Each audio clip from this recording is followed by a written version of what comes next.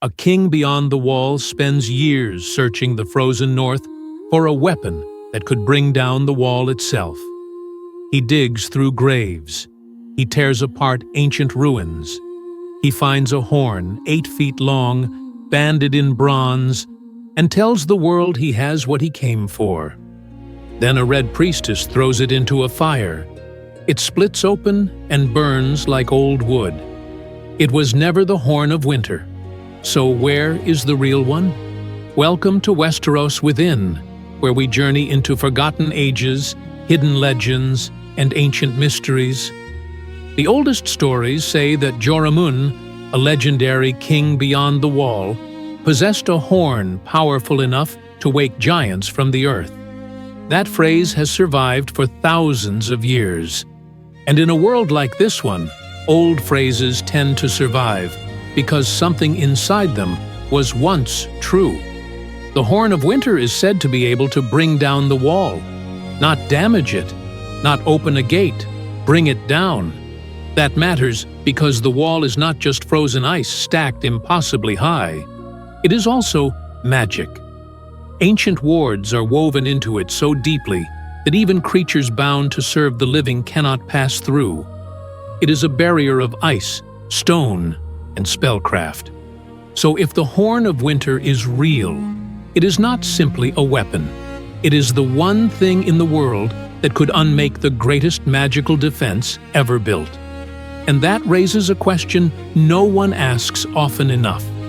If the wall was made to hold back the darkness, why would a horn exist that could destroy it? Mance Rayder understood the answer better than most men. He had once been a brother of the Night's Watch. He knew the wall from both sides. And he knew what was gathering in the far north. The free folk were not marching south to conquer. They were fleeing. Mance united 100,000 people because he believed they would all die if they remained beyond the wall. But the Watch would never simply let that many people through. He needed leverage so absolute that refusal would become impossible. That is what the Horn of Winter offered. Even if it could not truly bring the wall down, the threat alone might force the Watch to act. So when Jon Snow saw Mance's great bronze-banded horn, that was the message being sent. Let us through, or lose the wall. But the horn Mance displayed was not the legendary weapon. Tormund Giantsbane says it plainly later. They never found the Horn of Winter. Not after all the digging, all the graves, all the ruins torn open in the frozen earth. The great horn was only an old war horn from a giant's grave. Ancient-looking. Impressive. Useful as a symbol. Nothing more. Melisandre burned it, and it broke apart like dry bone. So Mance had built part of his great bluff on an object that meant nothing. And that should have ended the mystery. Instead, it made it stranger. Because if Mance's horn was false, then the real Horn of Winter was still somewhere in the world. Lost, or hidden, or perhaps already found, without anyone realizing it. At the Fist of the First Men, Ghost uncovered a cache buried beneath the frozen ground.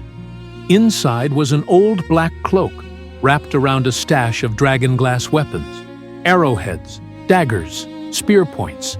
Someone had hidden them there deliberately. Someone who knew what dragonglass was for.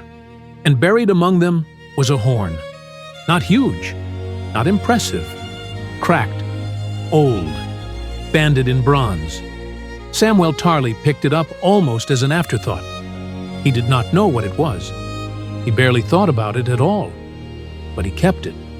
He carried that horn through the retreat from the Fist, through blood and snow and terror, through the black gate beneath the Night Fort, where the wall's own ancient magic opened only for a sworn brother of the Watch. And the wall let the horn pass through with him.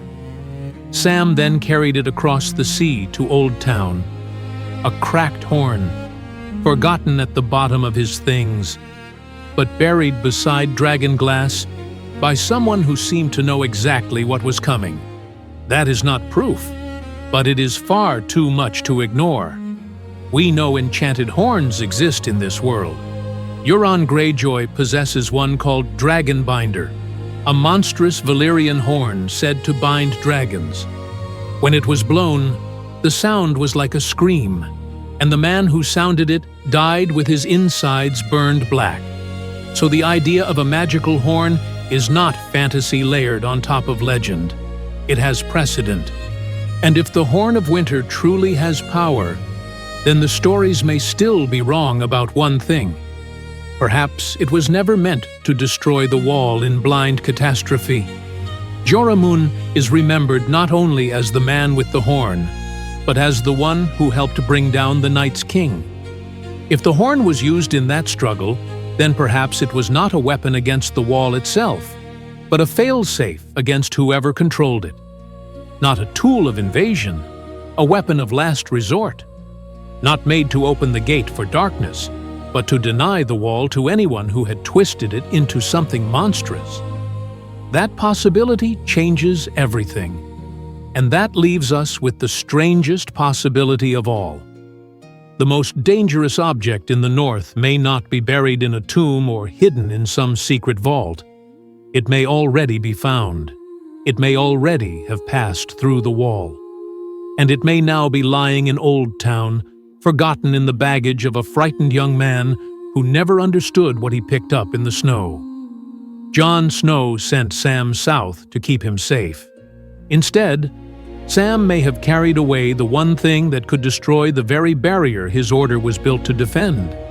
The false horn was huge, dramatic, impossible to miss. The real one, if it is real, was small, cracked, overlooked. That is how dangerous things survive. Not by looking powerful, by looking forgotten.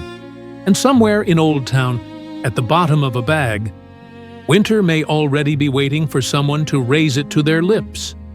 If you want more secrets uncovered from the world of Westeros, subscribe and stay with us.